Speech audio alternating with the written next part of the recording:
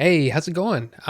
Yeah, I figured since this week has been absolutely ridiculous, insane, I figured let's not let's not do a bunch of little tiny videos. Let's do one big video with everything in it, and then people can skip around to whatever you want. Now, I will say I want to start off talking about all of these things, non-spoiler, and then do a spoiler part at the end. So yeah, look at those chapters. Look at those chapters down there, and you can skip around, do what you want. You say, hey, I don't need any spoilers. You can just watch the regular thing and then just stop the video, or you can just skip right to. Look, it's up to you. You do what you want to do.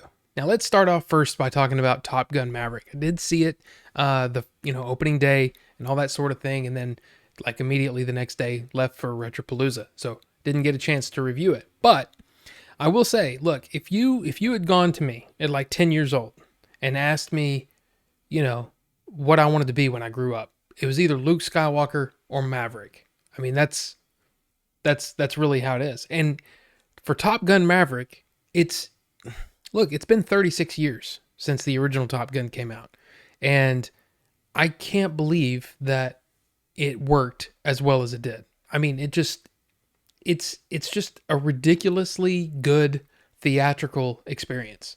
And it proves once again that Tom Cruise may be the last living movie star. Also in the movie is Jennifer Connelly, who is amazing as a character that I don't want to mention. I don't know, it's probably not that big of a spoiler, but hey, I want to save it just in case, you haven't seen it yet. John Hamm is in it. He is fantastic. Miles Teller is in it. He's fantastic. Look, everybody in the movie is good. Like there's not one bad performance in the movie. So the acting is great across the board. Now, story-wise is where it gets interesting because look, if you're paying attention, it is really predictable. It really is predictable. But the movie is done so well and you're having so much fun that you don't care. You don't care that you can see everything coming a mile away. One of my favorite things about the movie is the photography in flight, the all of the airplanes doing what they do. It really is impressive stuff. And most, if not all, of the actors that were shot in flight, they were in the cockpit and they were having to operate the cameras themselves. It's crazy. And according to the director, Joseph Kosinski, there was 813 hours of footage. That's a lot of footage. This movie was originally supposed to come out in July of 2019, which is kind of insane to think about. But, they delayed it originally so they could get more shooting done, some additional shooting, some pickup shots, things like that. Things that pretty much every movie production does nowadays, just to make the movie, make the movie better. But then, of course, it was delayed to 2020, and we all know what happened then. But it's really, really smart that they delayed it till now because, look, I mean, people over 35 are going to see this movie in droves. I think it's like 55% of opening weekend was people over 35, which is, that's an amazing number. And it's even jockeying for the highest second weekend gross ever. So, yeah, I think delaying was pretty smart. Now, look, if you haven't seen Top Gun Maverick yet, without a doubt, you should go see it. I mean, it is fantastic. I mean, even if you just have a passing, interest based on the trailers, go see it. It's a great, great time. I mean, I don't even think that you need to have seen the original movie recently or at all. Because, for example, my wife went and saw it with me and she loved it. And she said that the original movie is cheesy. So there you go. I mean, it's like I said, it's just a good, fun, old-fashioned time at the movies. Now, Obi-Wan released on the same Friday as Top Gun, and I was able to see that before I left for Retropalooza as well. And episode 3 came out in this previous Wednesday. Look, here's the thing. Obi-Wan's my favorite character, so of course this is a slam dunk for me. It's really kind of a no-brainer. Episode 1 is a little slower, but because I'm a fan of not just Obi-Wan, but Ewan McGregor, I could have sat there watching him just, thinking for an hour, and I probably would have said, yeah, it's amazing. Episodes 2 and 3 definitely move the story forward, And I guess the surprising thing for me is how tense it is. I mean, like my wife even said it, when we were watching it. She's like, I can't believe that I'm so tense watching a show about characters that I already know where they end up. It really is kind of impressive. But all of this great stuff, I mean, Obi-Wan is I'm really really enjoying it. But from a critical, I guess, or storytelling standpoint, I think that stagecraft as a technology, which is the surrounding LCDs, or LEDs, screens that are surrounding, it's basically on a stage, right? And they can change the backgrounds and all that stuff. But it's starting to show I guess the problems with shooting in this sort of format, because I feel like there's a lot of the blocking and a lot of the storytelling is told for that, and it's very limiting. In fact, there are scenes in every single episode, which I won't go into, at least not yet, not until the spoiler section. But yeah, it leaves me just kind of scratching my head, going, "But why? Why was? Why is it even shot like that?" We've already gone through the first 3 episodes. There's 3 episodes left, so only 6 episodes total, and I'm a little worried about how they're gonna wrap this up and how they're gonna have it sort of, attached to Episode 4, A New Hope, the original Star Wars movie, right?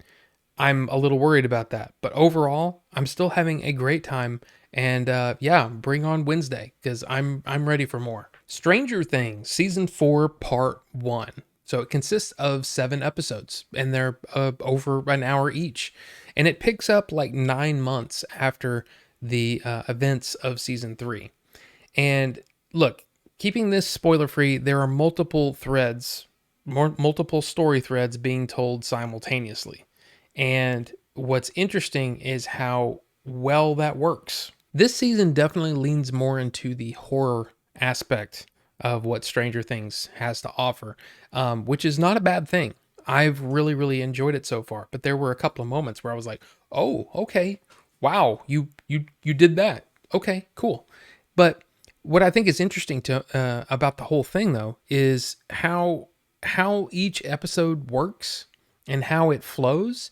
There's a similarity to it that has always, I mean, Stranger Things from the beginning has always reminded me of Stephen King, the way he writes, where at the end of a chapter, you're kind of like, okay, well, I only have like 10 minutes left. I think I'll just finish up this chapter and go to bed or whatever. And by the end of the chapter, he finishes it in a way that makes you go, okay, what happens next? Now, because of these multiple story threads that are going on, there have been times where it sort of reminds me of Lost in a way, the show Lost. If you watch that show, there were times when an episode would start and it would be following a certain character, and you're just kind of like, I mean, okay, but literally within like seconds, I'm locked in. I'm locked into the story, and I'm locked into where we're headed. And I think that's a testament to the Duffer Brothers and the way that they tell their story. It's really, really well done. Now, as I said, the season was 7 episodes, with each one being over an hour long. There were moments where I kind of felt the length a little bit, where I was kind of like, oh, I feel like we're kind of treading water here. But overall, I really enjoyed it. And the part 2 of season 4 doesn't air until July 1st. And each one of those is supposed to be movie length. So I don't know how that's going to translate. I mean, you're basically saying, okay, say 2 hours each, maybe. So kind of like 4 episodes left. It's kind of a weird thing. But I will say that, again, I think so far season 4 is the best since season 1. I've really, really enjoyed it. And let's bring on July 1st. And The Boys Season 3 premiered actually last night, June 2nd, probably around 9 p.m. Central Time. So I immediately started watching it, and yeah, it starts off with a bang, like literally. The Boys is a strange kind of show in that it's like really good, but it's also hard to recommend to certain people. You know what I'm saying? I mean, there's a lot of violence, there's a lot of sex. It's a hard sell for people, some people, but those of us that enjoy the show, look, season 3 is more of the same, and that is definitely not a bad thing. For me, this show has always been just fine. It's not been anything that's really just blowing me away. And there's always been this element of shock value that comes along with it, where it's almost like, look at us, we're trying to be hard and edgy and violent and blah blah blah. I mean, it just there's a bit of that turns me off because it just feels like you're trying too hard. Season two, especially, there were parts where I just found my interest waning to where, there was whole weeks where I'm like, oh yeah, the boys is out. Okay, I'll get to it, and then just skipped it, and let them pile up. This season for me has been way better so far than the last one. It's got that shock value kind of stuff. It's got that stuff that makes you kind of go, oh man, whatever. But it's also, there's a heart to it that I really find like surprising. Like it's surprisingly heartfelt in some scenes. Maybe I was just more into it this time. I don't know. The Boys is a hard show to review simply because so much happens in the show. Like if you tried to like list off the bullet points of all the things that happens, you're like, that seems like that's like that one episode seems like a season's worth of television, but it's not. It's all in one episode, and there's so much. So, but like I said, I enjoy the show, and I'm looking forward to finishing this season. And again, this is one episode a week all the way through I believe July 8th. So yeah, 5 more episodes to go after this. Wow, this is really getting long already. But now it's spoiler time. So, if do the chapters, skip around. Do your thing. But it's spoiler time. Okay, Top Gun. Look, there's a lot of things I could say about it, but I think I'll pick the biggest things. Number one, I've seen people say that the love interest, Jennifer Connelly's character, Penny Benjamin, that's kind of a deep cut if you're a Top Gun fan, but that she just wasn't necessary. All of that wasn't necessary. I don't agree. I really enjoyed all of that, and I enjoyed that there was an element of kind of like regret but also like, the Maverick settling down kind of thing. I actually like that part of the story, so I appreciated it. Val Kilmer, wow, that was I didn't expect all of that to be in the movie, but wow, I was really moved by his scenes, and apparently they reconstructed his voice using AI and all that sort of thing. But look, it was one of 3 times in the movie where I actually teared up. It felt, it's such a strange thing because you're bringing with you your knowledge of the actor, and the character is going through a thing, and Val Kilmer is going through a thing. So it's one of those weird sort of moments where real life sort of bleeds into this fictional story. But I really really enjoyed it. And of course, if you're interested, the other 2 little tear up scenes were more, let's just say, nostalgic, right? Look, the very very beginning when that music starts playing, little tears, like oh man, this is awesome. Top Gun's back. It's so cool. And then that shot of the F-14 in profile, it just look, the F-14 is like one of my favorite planes of all time. So, you'll have to, just give me that. Just give me that, okay? Now, as I said before, yes, the movie is predictable as hell. I mean, it is like everything is just set up beforehand. Oh, look. Oh, this enemy that we don't know who the enemy is. They have F-14s there. Oh, that's interesting. Let's move on to the next scene, okay? And you're like, oh, come on. The F-14s are going to come into play, okay, at some point. And as soon as Rooster gets shot down in the sort of finale, it's like, oh, now I know what you're doing. You sneaky sons of bitches. And Rooster, I mean, come on. He's a bit on the nose, right? Like, look, I love my dad, but I didn't follow his fashion statements from the 80s. I'm sorry, I didn't. And I don't understand why he'd be wearing a Hawaiian shirt and that cheesy mustache. It just is a little on the nose. It's such a weird movie though, because I feel like even if you knew the whole story going in, I don't see how it could ruin it. It's just so much fun. So yeah, Top Gun. Top Gun. Now Obi-Wan. So I guess really the thing that I can say is that the chase scenes have been wonky.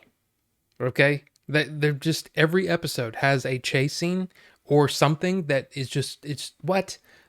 Leia running around those little I guess they're not really bounty hunter guys, but those it was just so it's all because of stagecraft. It's because they have this much room and they have to run around and try to act like they're oh oh no where did she go? I mean it's just so awkward looking, and it's like okay look if that's a problem, if that's a problem with stagecraft and you didn't have time to go out and shoot it in an actual forest or anything like that, just rewrite the scene so she gets captured immediately. Why do all of this weird no what happened it's just so stupid. And then in episode 3, right, this last episode, okay, so Vader does the whole torture scene with Obi-Wan, which was awesome. Like that's exactly what I think Anakin would do, or what Vader would do, I guess in that case. But then, what's her name? Shoots that thing and the fire goes way high. You're telling me Vader wouldn't just force push his way through that fire? I was expecting it. I immediately expected him to use the force to shield him from the fire as he walks through it. And I'm like, he just goes, "Oh well, I guess there's a lot of fire. Guess we'll go home now." And I'm like, "What? What?" It just the way that scene ended for it being such an interesting like character moment, right? For Vader and for Obi-Wan, for it to end like that was like disappointing. Now the actors. Vivian Lyra Blair as Leia is great. Like at first I was like, "Oh, this is going to be rough, isn't it?"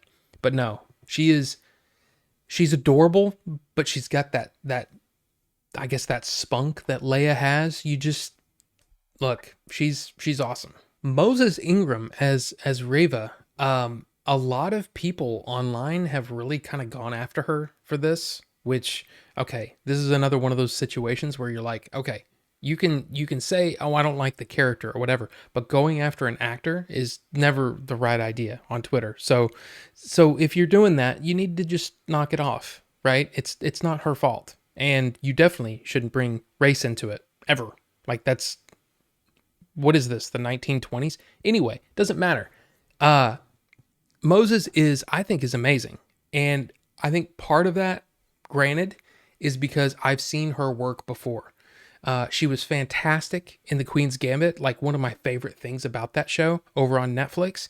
And she was good in The Tragedy of Macbeth. I mean, you don't go up against Denzel Washington and Frances McDormand if you don't have the chops. Okay, so Moses Ingram has the chops. So I'm sitting there watching her performance, watching her face. Look, I think she's great, and yeah, what's the problem? Episode 2 ends with Obi-Wan realizing that Anakin is alive, and I don't think he'd ever seen Vader before because he's like shocked when he sees him in episode 3, which is kind of cool. But in episode 2, that whole sequence, I had imagined that before. And this is before, I would say before Ahsoka showed up in Rebels and things like that. So basically, you see Ahsoka walk away from the Jedi Order at the end of Clone Wars, and you're thinking, okay, she's just out there. And what I always thought would have been a cool idea is if, Obi-Wan is on Tatooine somewhere in some little cantina, right? And Owen, Lars, Joel Edgerton, or it's Owen. Owen sitting there, kind of like, oh, there's that crazy old Ben Kenobi, what's going on with him? And they're watching the HoloNet, right? The news. And there's news that that Darth Vader, the Darth Vader has apprehended and killed a Jedi, a fleeing Jedi by the name of Ahsoka Tano. And so Obi-Wan just loses it in the bar, and everybody's like, oh my gosh. And he's just losing it. And for some reason, I always thought that that would be how he would learn. You know what I mean? Like he would hear of the murder of one of his, one of his brothers or sisters. You know what I'm saying? I thought that would have been kind of an interesting thing. This was done really well, though. And of course, I need to bring up Quinlan Voss, mentioned in episode 3. I immediately said in my head, I said, that is a show I want to see. I want to see Quinlan Voss getting into adventures, trying to save Jedi children. I think that would be an amazing series, and they should be greenlighting that like right now. Now, Stranger Things. Stranger Things season 4, part 1. Okay. The highlight of the whole series so far has been Sadie Sink as Max. She has been just great, and especially episode 4 was just it was just so good. I mean, the tension all the way throughout the episode was just, I loved it. I loved it so much, and I thought she was gonna be dead so many times. I mean, just like, okay, this is it. This is it. Oh, no, no, okay. But it was just, it was so good. It was emotional, especially with her at Billy's grave. And I mean, it was so good. The editing of the Upside Down versus like real life, I guess. And with the score and Kate Bush's song going in and out. I mean, just an amazing, amazing episode. Okay, so you've got Hawkins, you've got the Russia thing, and you've got California, right? And honestly, the Russia storyline, with Hopper and Joyce and Murray seemed to be the weakest of the three, but man, Brett Gelman as Murray is just, he's so good, he's so funny that I really enjoy that sequence, those sequences, even if I think overall it's kind of like the weakest ones. But I'm really, really ready for July 1st. Let's bring on part 2. I want to see what happens. And finally, The Boys, season 3, the first 3 episodes. Really? Into a penis, huh? Okay. So it's like they read all the different fan things about Thanos and Ant-Man and all that stuff, and they said, you know what, we're gonna do one better. We're gonna do one better. Okay. I got really excited for a minute there, when thinking that Charlize Theron was actually going to be in The Boys, but she's just in the movie. You know what I mean? So I was kind of like, oh man, that would have been cool. But then of course, Charlize Theron is in something else. So I don't know. Look, I just enjoyed that. I thought that was cool. One of the things about this season, again, I talked about the shock value. I talked about the extreme, just violence. It's almost like violence for violence's sake, and where it gets kind of like, okay, yeah. The one thing that I noticed though is, man, so far 3 episodes in, I think every episode turns someone into like kibbles and bits. They're just like, and it's like, what is going on? Seriously? Like, what is going on here? I enjoy The Boys almost on a level where it's almost a guilty pleasure for me. But I really, really love all the little meta nods, the release the Bork cut, and then all of that fake corporate gay pride stuff, where it's all, just it's commercialized and all that, and they just leaned into it in just those few minutes. And I really, really enjoyed that they had the wherewithal to say, yeah, that is stupid, and we're going to make fun of that. And I just think it's, it's kind of cool. So I've talked about 4 things, 1 movie, 3 series, parts of series. And yeah, I don't really know how to end this. So I'll just say, if you made it this far into the video and you just watched straight through for some crazy reason, thank you so much for watching. And I guess we'll just see you on the next one. I will also say that, again, the 3 different storylines, you've got 11 over here with Mike and that other kid.